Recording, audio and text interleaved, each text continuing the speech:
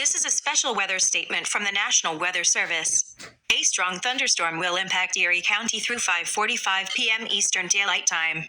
At 5:11 p.m. Eastern Daylight Time, Doppler radar was tracking a strong thunderstorm near Castalia, or 7 miles southwest of Sandusky, moving northeast at 55 miles per hour. Hazard: wind gusts up to 50 miles per hour. Source: radar indicated.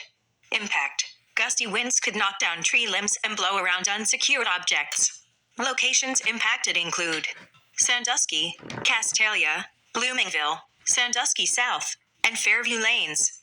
If outdoors, consider seeking shelter inside a building. A severe thunderstorm watch remains in effect until 9 p.m. Eastern Daylight Time for north central and northwestern Ohio.